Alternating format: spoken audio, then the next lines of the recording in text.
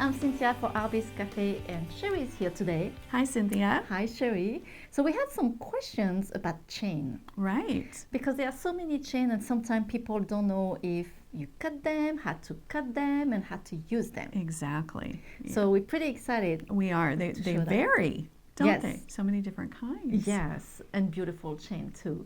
So something maybe that you don't know, we have a lot of chain. They are pretty big, and you don't need a tool to cut them because the links are opening. So we have some examples here, and I want to show you how to do that. I mean, it's very easy.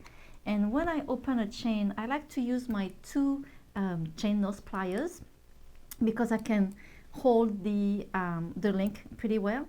So I have this one, for example, and I can see here the opening of the link. So you just twist it, and it's pretty strong, so just twist it, and then you can take your chain out.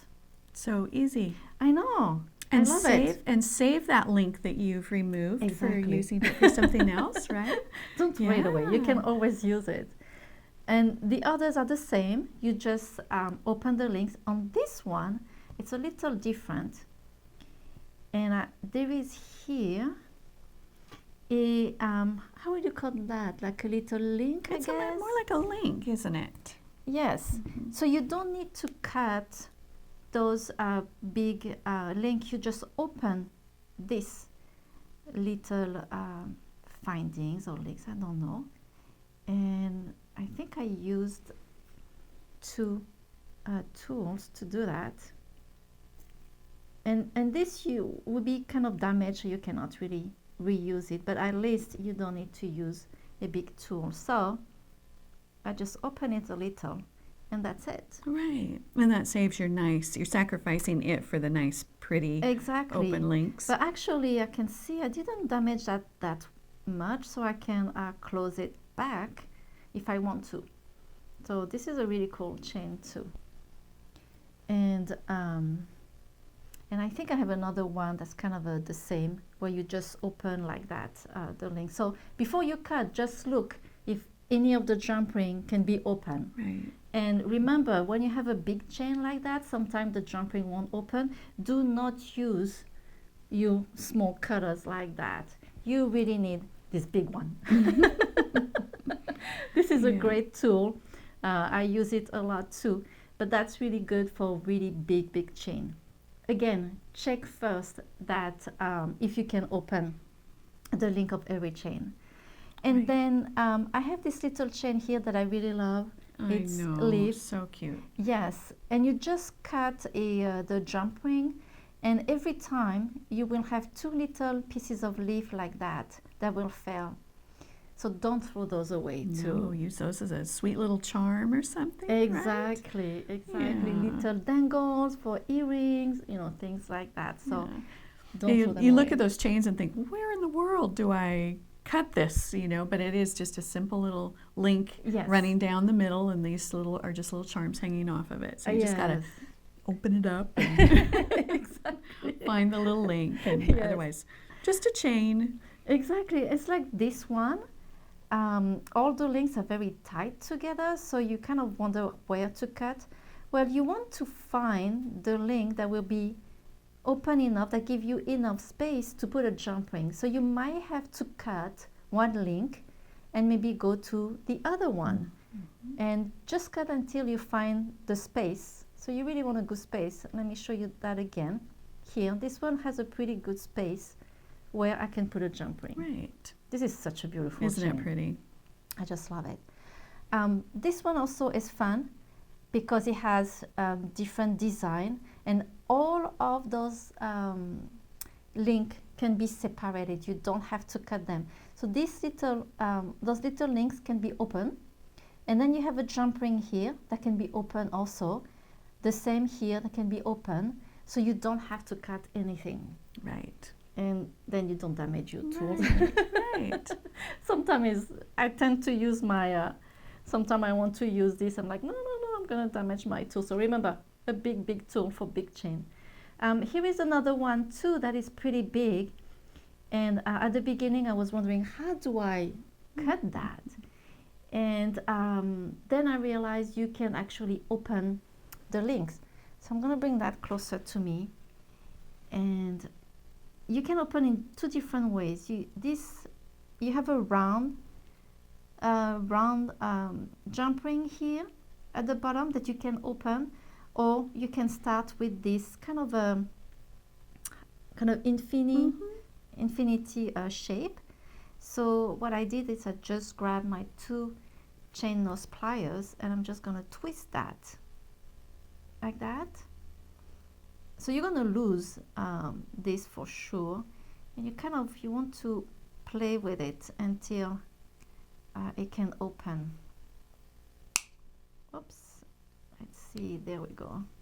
And I actually open also the bottom one there, and then you can use that chain and do something else with it. So let me put that back. And then I want to show you also other type of chain that I love using crimp ends with them. For example, I have here, this is a ball chain that everyone use, and everyone use this finding, very easy finding to use. But when you get to ball chain like that is really small, really tiny, right?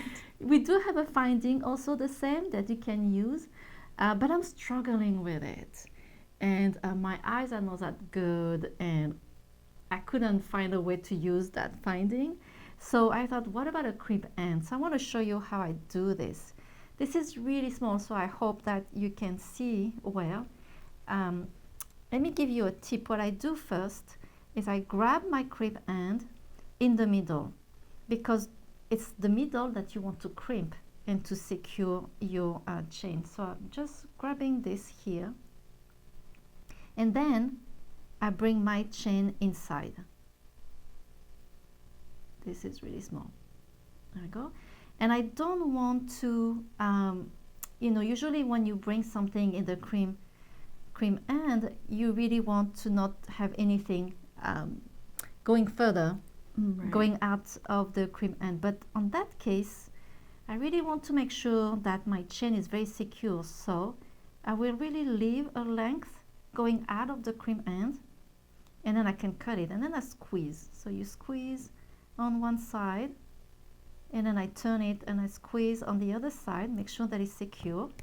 And then I just take my cutter and I'm just cutting the chain. And it's that easy to use. Easy. And this way you can link to that ball chain with something else. When Yes. you use the regular connector, it's not as usable that way, but now you've got a nice loop and you Exactly. can link things together. So, Yes, yeah. because when you use this finding, there is no clasp, so you want to make sure that the length is long enough to bring over your head. But sometimes I want to use a ball chain with a clasp, and this is such a great way to put a clasp Right. on. So I use here also the same crimp end for this really, really thin chain, because sometimes you cannot find a jump ring that can go through. Right, they're a so link. tiny. Yeah, so small. but so pretty. Yes.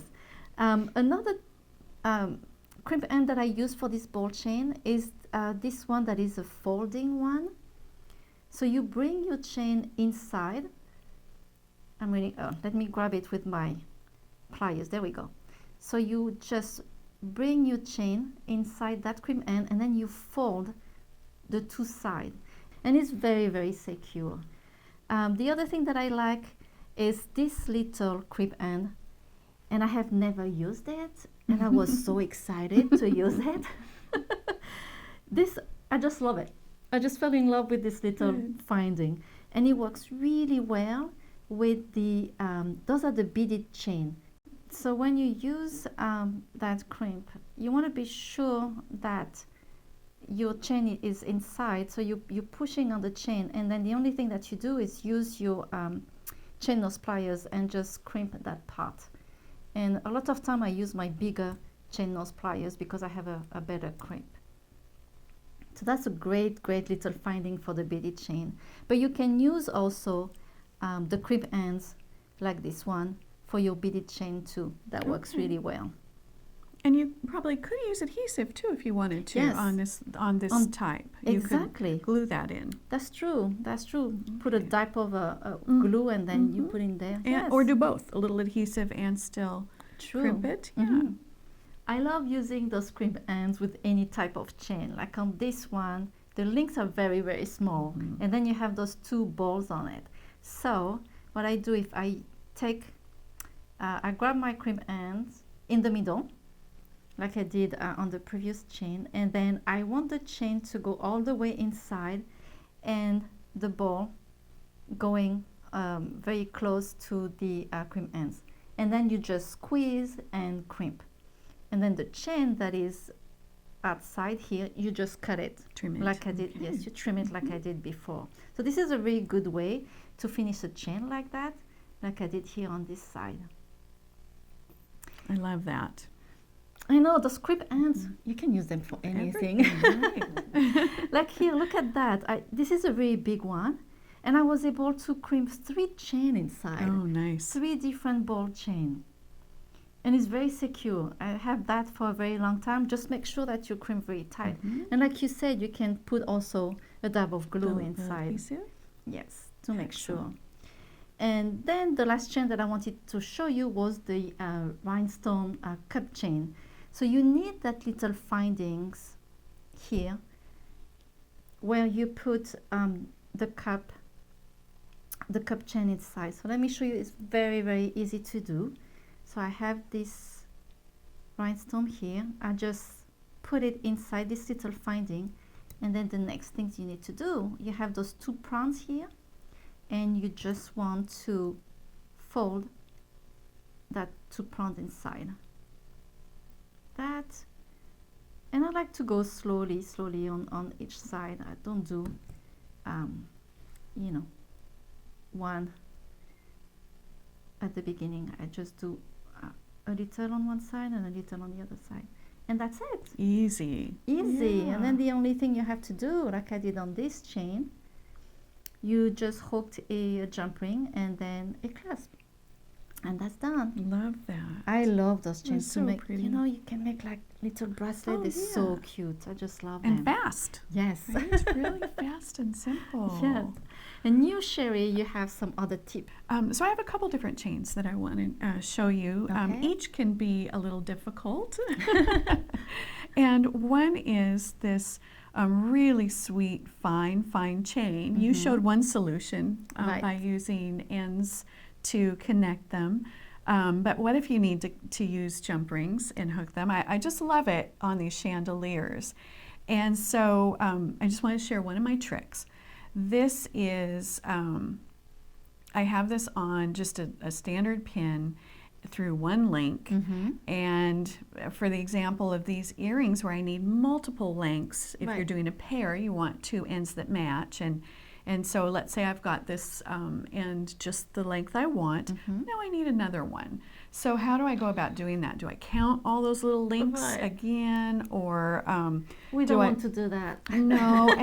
And what's really fine like this, you could lay it out near a ruler and try and match it, but they move and Yes. wiggle, and you can be off as many as a few links by the time you've chosen where to Right. cut. So I like to just slide my next length of chain right onto my pin. Here, I'll move this out of the way. So I have them hanging side by side, and then I just come in with my cutters. I'll hold it up so I can see, but if it's hanging freely, it's easier to match. There, so if you can see, I want to cut right about there. And if you're not quite sure, because it's pretty tiny, then be a little generous, and you can Right. always cut a little more. And then you've got 2 pieces that match, which is so much easier. And then you can even go a little further. You know you want a piece that's a little longer, you just slide more chain on, cut it a little longer, do your Yes. matching piece. And so that's how I like to go about really fine chains. Much easier than counting the Yeah, and I have to admit, I count sometimes, Right. you know, if it's necessary, and if it needs to hang just so, but in so many cases, you don't need to be that accurate, but you at least want them to match. Yes. So, And then this gorgeous chain, I love these. They have beautiful colors, the ivory and the turquoise. There's a dark sort of charcoal, really pretty deep maroony brown. There's even a really pretty gray. And I think they're so pretty, but they can be a little tricky to work with as well. Right. And so there are different ways you can finish these pieces. In this case, I've crimped, just like the crimps you were showing, just crimped it onto this chain, and that holds really well. And this is another style. This chain is flat, and so we've used another folding type crimp to put on that. Really well. And then this is like the beading chain, and so you can either crimp or glue onto that end. But what if you want a jump ring? Right. You want to connect it to something and not have an end. Then what you need to do is free up a link. And you can see where I've actually finished one. So we know it's possible. And this is what the end looks like where the link has been opened up. So you can see that. But how do you get there is what's tricky. And so these links are hooked together like this, and then they're twisted, and then they're smashed. They're like flattened. So they're really in there tight, but they are free. And so, so what we'll attempt to do is I'll just cut a fresh end as if it's just been so this end is cut, you can see. There's nothing here that you can connect to. Right. So what you want to do is free up one of these links. And so I can see my link is right here. It's running this way, but now I've got this funny link that's attached. And so what I'm going to try and do is free that from the link that it's in, and I'm just going to try and open and twist it a little bit to extend it. And I'm going to do that a little bit on each side, and then I'm going to get in there with my pliers and get closer to that and try and snip that away. So you're slowly trimming that link that you want to take out.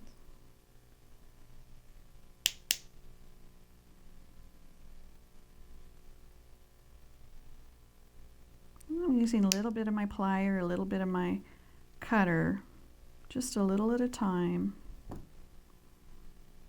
You want to be able to get that cutter in underneath, but it's really close, and so that's why you're doing just little bits at a time. Oh, there it is. Get that little guy out of there. And at some point, I should be able to just pull that. There we go, right through. She did it. Right, there we go. So you can see that little loop there, and now you can hook your jump ring. And the same thing is true about this chain. It has the pretty open loops on the ends, but when you do that first cut, that's not evident. Right. And so same trick. You just need to kind of get in there and bend some of the links free, and then you can cut them out. And then you can link that chain however you want. And it's so pretty. So I think it's worth that little bit of fuss. I think so. Those are pretty chain, and you made this pair. I have to show this pair of earrings. Really cute. I love the way this chain shows. I just love being able to see the pattern, and they just make a perfect hoop, I think. Yeah, so those are pretty. Really cute. Really and then cute. here we show off the variety all together, together, which is a lot of fun. That's beautiful. Well, thank you, Cheri. Those are great tips. Good. Thank you. I mean, we have so many chain, and I know that a lot of you are asking questions about what do I do with this chain? How do I finish it? So I'm hoping that this video was able to answer your question. But if you have more questions, please don't hesitate to contact our customer service. And we do have a tutorial on our website that Right. shows how to finish these chains as well. Oh, great. So if that helps. Oh, great. But thank you so much for joining us today at Artbeads Cafe. And make sure to subscribe to our email newsletter to get our great promotion, our ideas, and more of videos like that. So thank you so much. Merci beaucoup. Au revoir. À bientôt. Bye-bye.